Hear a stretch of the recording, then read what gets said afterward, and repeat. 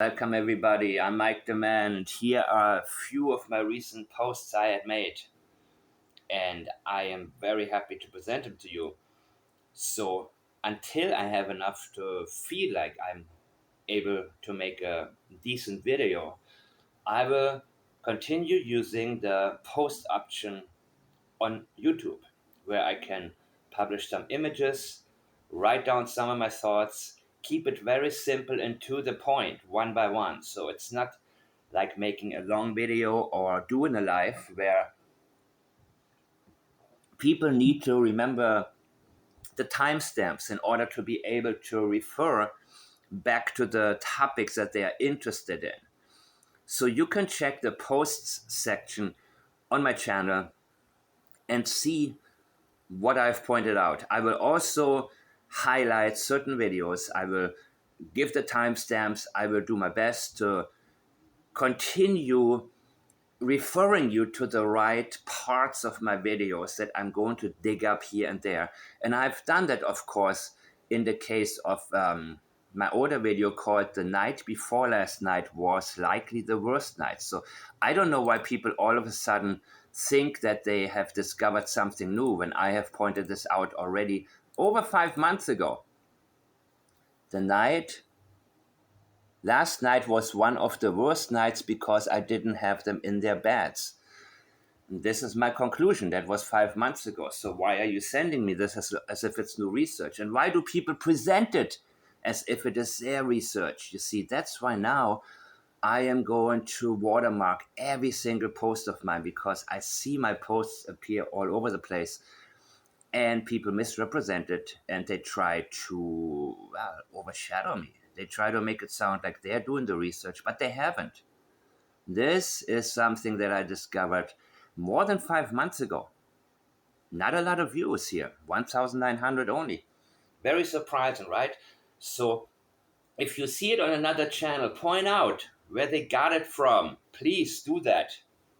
It's getting tiring because the people should be doing their own research. That's the only way that we can find out the truth and lead law enforcement into the direction, not by wasting your time ripping off what I already said 5 months ago. Do your own research, people. Don't encourage them. When it comes to Derwood McGrady, I feel tempted to use the term hillbilly gaslighting, but I want to make something very clear. I don't want to offend any hillbillies or people who think that this term may apply to them, because there are many honest people who are, who may even consider themselves hillbillies. It doesn't mean they're all crooks, but I use the term because we are having to deal with some people who lack education, thinking they're doing well. So if you ever think, maybe Daniel and Derwood are on purpose giving us these types of statements because they know I'm going to analyze them in one way, and in reality, it's false leakage. No, I don't think they're thinking that far ahead, people. I think they're doing pretty well. I think Daniel Martell developed a certain pattern with his mom very early.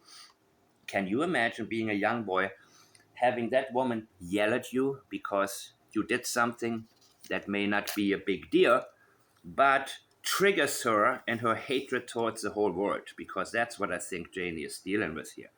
The way she talked about Jack and Lily. Oh my God, there is no way that two little children can trigger you to that extent that you trash them the way she has done. I think there is a lot more to it, especially when she describes herself as a hermit, because she's done with people. Dare I say, I think she hates a lot of people. She talked about the representative who didn't visit her, and then he visited her because somebody on Facebook probably notified him that Janie was trashing him. Then he came by, and she said, "Well, it's too late now. You should have come a long time ago." Can you imagine being a young boy who's maybe 8 years old? I think that's when Daniel developed a certain way of just lying, even blatantly, because I think maybe telling her the truth didn't work. You see, we tell kids, tell the truth. I mean, I don't, but most people do that. Always tell the truth. Well, sometimes the truth can get you in very hot water where you get punished for something a lot of people have done. And, well, in his case, I believe that telling the truth may not have worked out for him. The consequences may have been triggering a mother who's already unstable. And so he developed a way of just lying his way out of things, even if the lies were blatant.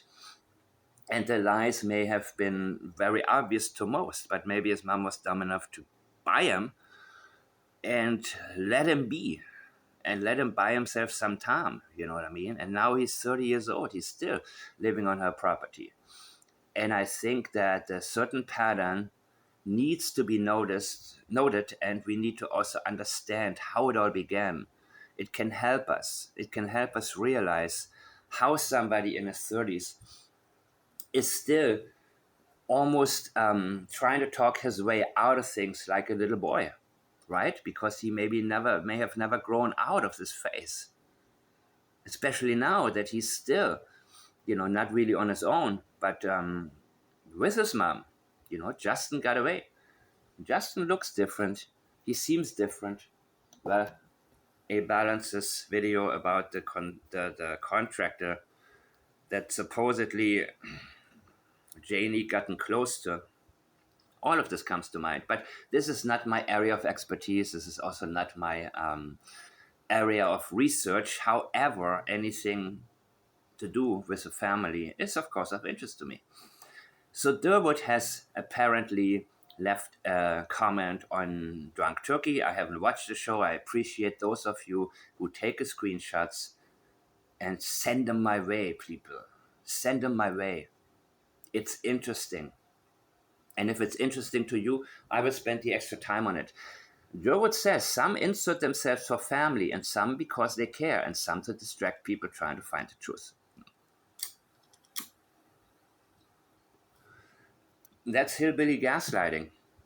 He's trying to be philosophical. The only problem is he's leaking because he's telling you exactly what he did. He inserted himself for Daniel's family because he cares about them.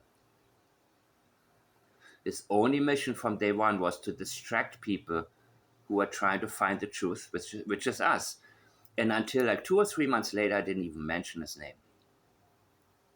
Now he wants to comment on my post where I pointed out he had a Kia Sportage for sale. And I am curious how sure Wong is that actually it was a Kia Rio, not maybe a Sportage, maybe something else. I'm very curious. If you guys get a chance, I'm not going to bother going into these chats. If you're already there, feel free to ask him. I think it's very important. I believe that his intentions are good. However, that doesn't mean that everything that he states is 100%, because maybe his memory is not 100%. And maybe there's also a possibility. The one thing that I talked to you about is that before that he and Justin Smith talked, Justin called RCMP on the 2nd of May. But it wasn't until May 17th that his statement was taken. 15 days later, people, they were not on it. How long did it take them to get the cameras from one of the neighbors? They were not on it, people. Seriously. We need to make this very, very clear. So I don't know if maybe Wong was being influenced by Justin and vice versa. And that's what I have an issue with. I'm not using this to doubt any of their intentions.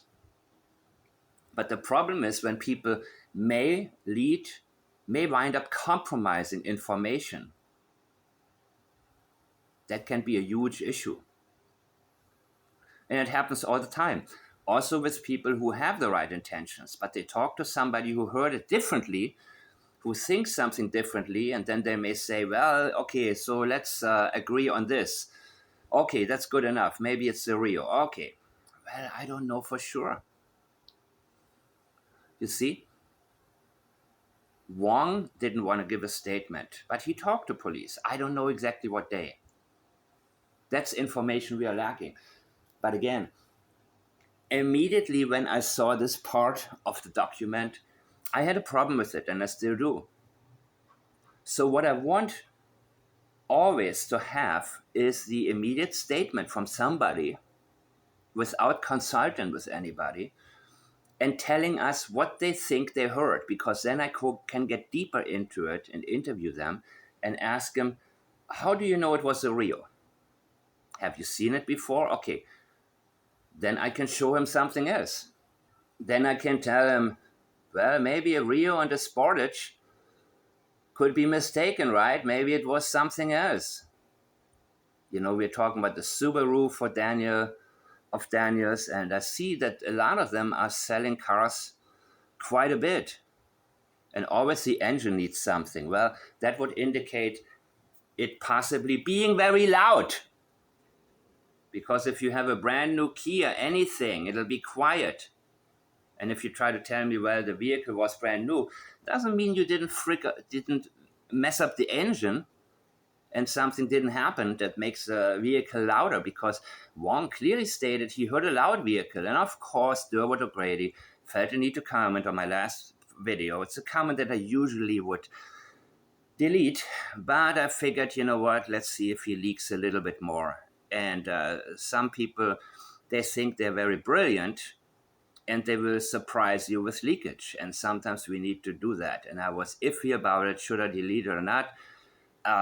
Especially name calling and all of that. Well, talk more, Derwood. Tell us more about your vehicle. Did you actually sell it? What does it mean, still have backing papers? Was newly inspected, but sticker is gone. And AB made this comment like, ownership is a selling point here. Dare I say, some language indicates a lot of shadiness. Okay? When you point something out, you shouldn't have to. Then I'm wondering, what kind of deals did you have in the past? So anyways, here we have also, of course, that I pointed out, you need to look at my last video if you want to know more about this.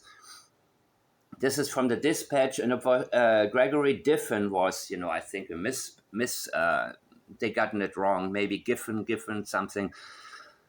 But there obviously was a Kia Sportage.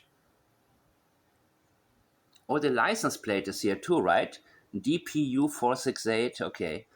Well, it's not doxing. It's because that's available on what's her name, Plunder's video of the dispatch audio. And two individuals walking down. Yeah, we copy that. So this was a little north, just north of the residence, which could have been by the pig gate, by the community center. And mind you, Belinda said that Justin and Daniel dropped off Justin's car over there and walked down 300 yards to the property. And Daniel said, well, there was no other place to park. But Belinda says there was a lot of space to the park. And they are the residents, or Daniel is the resident of that property, of his mom's property. Right? But he chose to walk there. 300 yards.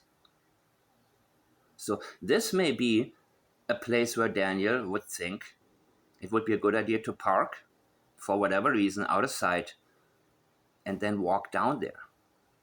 So is that where he parked that day? Was it him?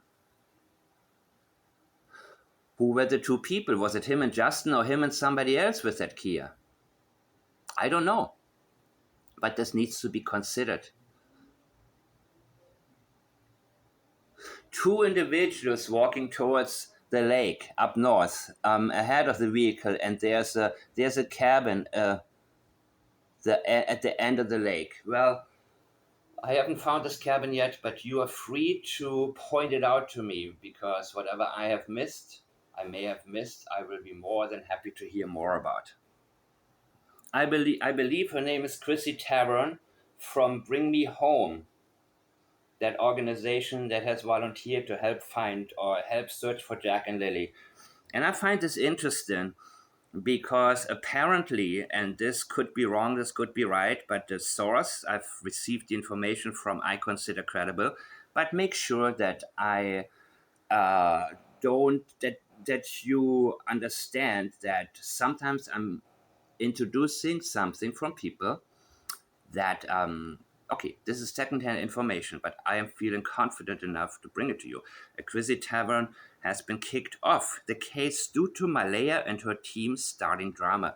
Now, my question is, why would Malehya be unhappy with a certain individual volunteering to help find Jack and Lily? Isn't that interesting?